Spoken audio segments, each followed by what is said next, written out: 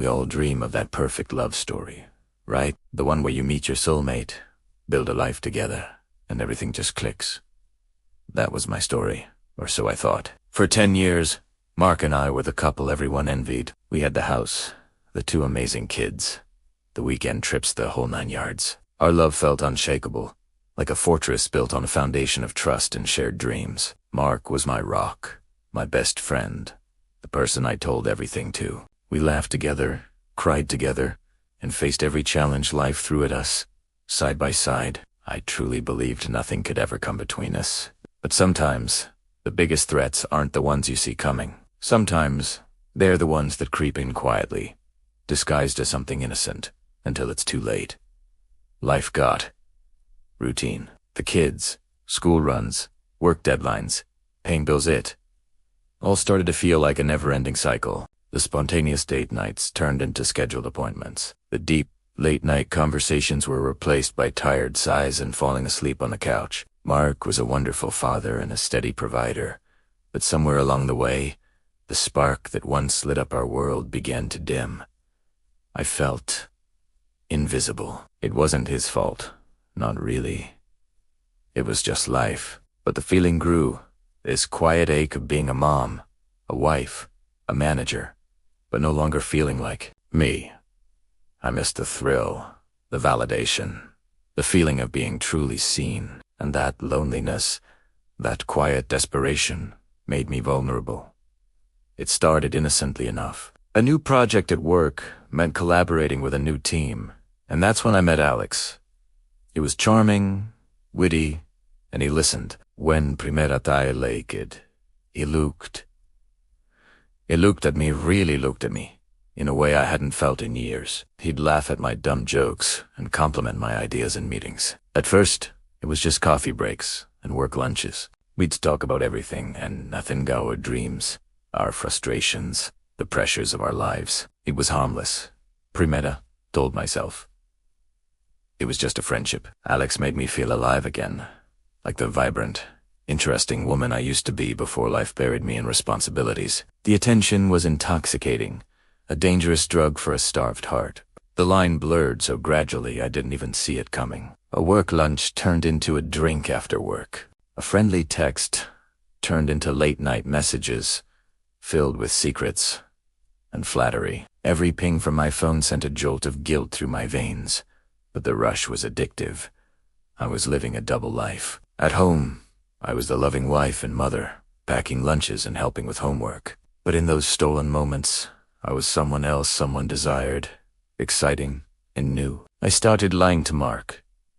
A late night at the office was really a quiet dinner with Alex. A work trip became an excuse for something more. Each lie was a crack in the foundation of our marriage, and I was the one holding the hammer. The guilt was a constant, heavy weight on my shoulders. I'd look at Mark, so trusting and oblivious, and my stomach would churn. He'd hug me, and I'd have to fight the urge to pull away. I'd see him playing with our kids, his face full of pure, unfiltered joy, and a wave of self-loathing would wash over me. How could I do this to him, to a Hooer family? He didn't deserve this. He deserved a wife who cherished him, not one who was sneaking around, betraying every vow we ever made. The person I saw in the mirror became a stranger to me, a liar, a cheat. I was trapped in a web of my own making, and I didn't know how to get out. The thrill was gone, replaced by a constant, gnawing anxiety. The breaking point came on our anniversary. Mark had planned a surprise weekend getaway to the same little inn where he proposed. He had remembered every detail, from my favorite flowers to the song that was playing on our first date. As he stood there, his eyes filled with so much love and hope for our future, I completely shattered. I couldn't do it anymore. The weight of my deception was too much to bear. That night, through tears and choked sobs, I confessed everything. I told him about Alex, about the lies, about the betrayal. Watching the love in his eyes turn to confusion, then to pain, and finally to a cold, hard emptiness was the most devastating moment of my life. I had shattered his world, and in doing so, I had shattered my own. The silence that followed was louder than any argument we'd ever had.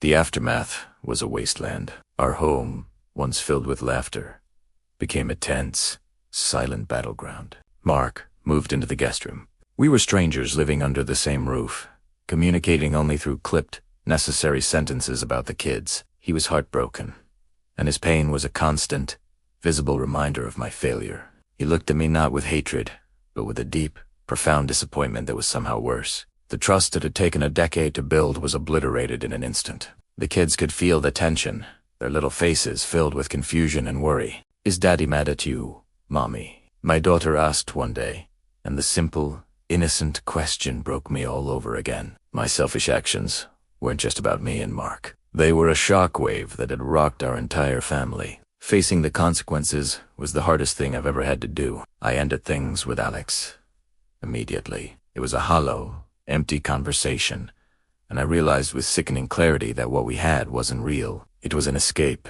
a fantasy built on a foundation of lies. The real world, the one with my family, was the one I had so carelessly destroyed. I started going to therapy to understand why I did what I did, to confront the emptiness I had tried to fill with someone else's attention. It was a painful process, peeling back the layers of my own insecurities and mistakes. I had to face the ugly truth.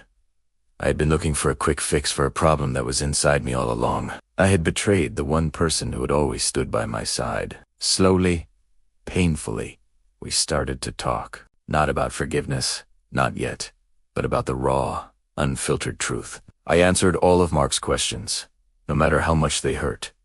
He needed to understand, and I owed him that. We started marriage counseling, a neutral space where we could unpack the years of unspoken resentments and my catastrophic betrayal.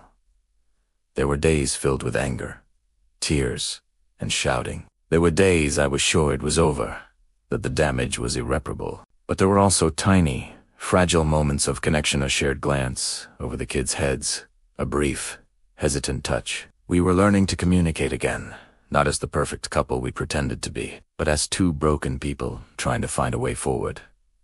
Today, our story is still being written. The fortress of our marriage is gone, and we are slowly, brick by painful brick, trying to build something new in its place. It's not the same. The trust is fragile, like a piece of glass glued back together, the cracks still visible. Some days are good, filled with a tentative hope. Other days, the ghost of my betrayal hangs heavy in the air. I don't know if we'll make it. I don't know if us will ever feel whole again. But I do know this. I am committed to doing the work, to earning back a fraction of the trust I lost, and to being the partner and mother my family deserves. My story is not one of romance, but a cautionary tale. It's a story about how easy it is to lose sight of what truly matters, and the devastating price you pay for taking love for granted. If you're feeling lost in your relationship, please talk to someone. Seek counseling. Talk to your partner. But don't look for answers outside of your commitment. The temporary escape is never worth the permanent damage. Thanks for listening.